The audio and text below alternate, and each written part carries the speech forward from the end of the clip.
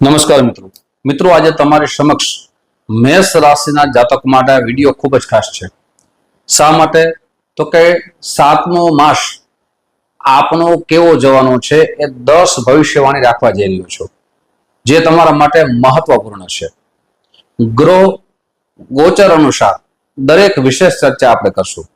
આપની મેષ રાશિ છે તો આપના બીજા ભાવમાં મંગળ આવશે, સાથે આપના ત્રીજા ભાવમાં સૂર્ય ભગવાન આવશે, આપના ચોથા ભાવમાં ઉચ્ચ રાશિમાં ગુરુદેવ આવશે, આપના પંચમ ભાવમાં કેતુ ને શુક્ર આવશે, સાથે આપના એકાદશ ભાવમાં રાહુ આવશે અને આપના દ્વાદશ ભાવમાં શનિદેવ આવશે।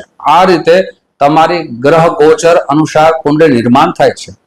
હવે આ ગ્રહો કેવું ફળ આપશે તેની વિશેષ ચર્ચા। મેષ રાશિ છે, સંપૂર્ણ વિડીયો જરૂર સાંભળજો। શા માટે? હું છેલ્લે ઉપાય પણ બતાવીશ અને આપને સાવધાનની પણ રસ્તા બતાવીશ કે આપને કઈ વાતની સાવધાની રાખવી જોઈએ।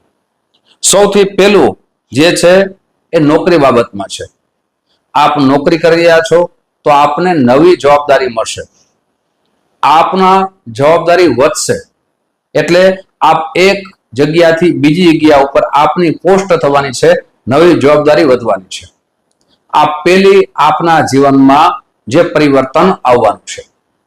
સાથે બીજું જે આવવાનું છે, ખાસ કરીને જમીન મકાન આ પ્રોપર્ટી ખરીદારી કરો છો અથવા લે વેચ કરો છો તો તમારા માટે સારા સમાચાર છે। આ સમયની અંદર જમીન પ્રોપર્ટી બંગલો આપના માટે લાભકારક બનવાના છે। સાથે આપનું કોઈ મકાન હોય અને વેચાતું ન હોય તો આ સમયની અંદર તમારા માટે સારો સમય છે। એ મકાનનું સારું વળતર મળી શકે છે અથવા વેચાણમાં મૂક્યું છે તો વેચાણ થવાની સંભાવના વધી જશે। આ બીજી ભવિષ્યવાણી છે। હવે ત્રીજી ભવિષ્યવાણી રાખીએ તો આમાં સાવધાની રાખવાની છે। આપના જીવનમાં જે પણ ધન બાબતમાં આવક થશે, પણ આવક કરતા જાવકનો દોર પણ વધી શકે છે, એટલે તેમાં આપ કંટ્રોલ રાખજો। આપના ખર્ચા ઉપર આપને કંટ્રોલ રાખવાનો આ સમય છે। આપ જેટલો કંટ્રોલ રાખશો એ તમારા માટે એ પૈસાની બચત થશે અને આપના જીવનમાં એ ઉપયોગી આવશે। મિત્રો, હજી 7 ભવિષ્યવાણી 7 જે મહત્વપૂર્ણ ચર્ચા કરવાની છે તેની વિશેષ ચર્ચા આગળ વધારીએ તે પહેલા એક નમ્ર પ્રાર્થના છે। મારા નવા મિત્રો આ વિડીયો જોઈ રહ્યા છો, મિત્રો આ વિડીયો તમને ગમે તો જરૂર લાઈક કરજો, શેર કરજો। પહેલી વખત અમારા ચેનલના માધ્યમથી વિડીયો જોઈ રહ્યા હો તો અમારા ચેનલને સબસ્ક્રાઇબ અવશ્ય કરી લેજો। ફેસબુકના માધ્યમથી જોતા હો તો અમારા પેજને ફોલો કરી લેજો, જેનાથી આવી સુંદર માહિતી આપને પ્રાપ્ત થતી રહે। આપ સાવધાન થઈ જાઓ, નુકસાનથી બચી શકો, સાથે ઉપાય કરી શકો અને આપના જીવનમાં પરિવર્તન આવી શકે। મિત્રો, હવે વાત કરીએ ચોથી ભવિષ્યવાણીની, તો આપને પરિવારથી સહયોગ મળશે। એમ કહી શકાય કે આપના પિતા તરફથી સહયોગ મળશે। આપ કોઈ પણ ક્ષેત્રમાં હો જે પરિવાર તરફથી સહયોગ મળતો ન હતો, હવે આપને સહયોગ મળશે। આપના માતા તરફથી આપને સહયોગ મળશે, એટલે આપને ખાસ કરીને આગળ વધવાનો સમય પણ કહી શકાય। જ્યારે પરિવારનો પ્રેમ મળે, સહયોગ મળે ત્યારે માણસ જીવનમાં આગળ વધી શકે છે। હવે વાત કરીએ છઠ્ઠી ભવિષ્યવાણીની, તો આપને ખાસ કરીને પતિ પત્ની વચ્ચે કોઈ પણ પ્રકારના ઝઘડા ન થાય, વિવાદ ન થાય તેની કાળજી રાખવાનો સમય છે। સાથે આપના જીવનની અંદર પત્ની તરફથી પ્રેમ મળશે, આપ પણ પ્રેમાળ બનશો, એકબીજાને સમય આપશો, એકબીજાની કેર કરશો, પણ ક્રોધના હિસાબે, આપના વાણીના હિસાબે ઝઘડા ના થાય તેની ખાસ કાળજી લેજો। હવે વાત કરીએ 7મી ભવિષ્યવાણી, આ વિદ્યાર્થી બંધુઓ માટે છે, કેમ કે પંચમ ભાવમાં શુક્ર અને કેતુ છે। વિદ્યાર્થી માટે સારો સમય છે। આપ જે પરિવર્તન કરવાની ઈચ્છા રાખો છો એ પરિવર્તન તો કરશો, વિદ્યાભ્યાસ માટે પણ સારો સમય છે, પણ સાવધાની એ વાતની રાખવાની છે કે આપની સંગત દોષ ન થાય। જો આપની સંગત દોષ થશે તો વિદ્યાભ્યાસમાં વિઘ્નો આવશે, વિદ્યાભ્યાસની અંદર જે સુવર્ણ સમય છે એ ચાલ્યો જશે, એટલે ખાસ કરીને સંગત દોષથી આપણે બચવું જોઈએ। હવે વાત કરીએ 8મી ભવિષ્યવાણીની, તો 8મી ભવિષ્યવાણી એ છે કે આપને આપના ક્રોધ ઉપર કંટ્રોલ રાખવો ખૂબ જરૂરી છે. આપ બિઝનેસ કરી રહ્યા છો તો બિઝનેસમાં ક્રોધ આવી જાય, આપના શબ્દો બીજાને જે સંવેદનાશીલ લાગી જાય તો એ ક્રોધ ઉપર કંટ્રોલ રાખશો તો વાણી ઉપર કંટ્રોલ રહેશે. તો આ ખાસ કરીને કાળજી લેવાનો સમય છે. હવે વાત કરીએ 9મા ભવિષ્યવાણીની.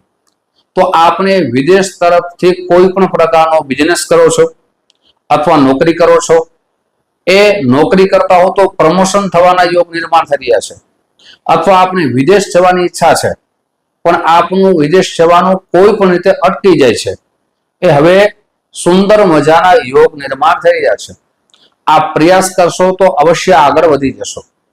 સાથે આપ બિઝનેસ કરો છો પણ બિઝનેસમાં વિદેશ તરફથી આપને લોસ આવતો હતો, નુકસાન થતું હતું, એના હવે સારો પ્રતિસાદ મળશે, લાભ થશે.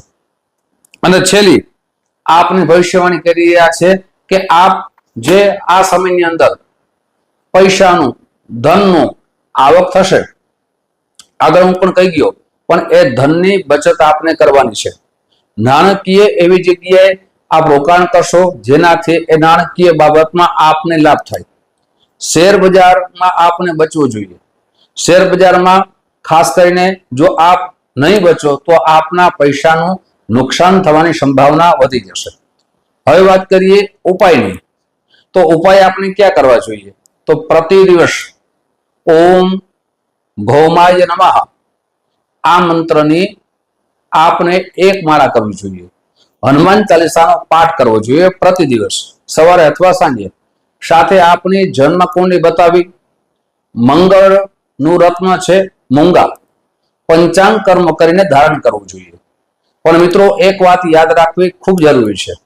રત્ન ધારણ કરતા પહેલા સાચા જ્યોતિષ આચાર્યની સલાહ લેવી, રત્ન સાચું લેવું, એનું પંચાંગ કર્મ કરવું અને પછી ધારણ કરવું. ઘણા બધા મિત્રો રત્નો ધારણ કરે છે પણ કોઈ પણ પ્રકારની પૂજા કરાવતા નથી. જપ પોતે કરે છે, સારી વાત છે, પોતે જપ કરે એવું શાસ્ત્રમાં લાગતું નથી કે પોતે જપ ન કરી શકે.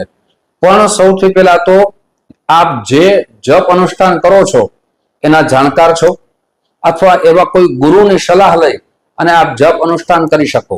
જો આપ મંત્રમાં ભૂલ કરો તો એ મંત્રના શબ્દો છે એમાં રસ્વ, દીર્ઘ અથવા બિંદુની ભૂલ પડે તો અર્થનો અનર્થ થઈ જાય.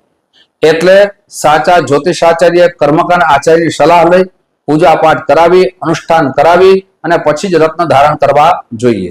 સાથે મિત્રો ખાસ કરીને ઘણી જગ્યાએ મેં સાંભળ્યું છે કે રત્નો વ્યક્તિ લઈ લે છે, કેવલ ને કેવલ દૂધમાં સ્નાન કરાવી, જલમાં સ્નાન કરાવી અને ગમે તે સમય પહેરીએ છે, ગમે તે રતિનું પહેરીએ છે, એ પણ યોગ્ય નથી.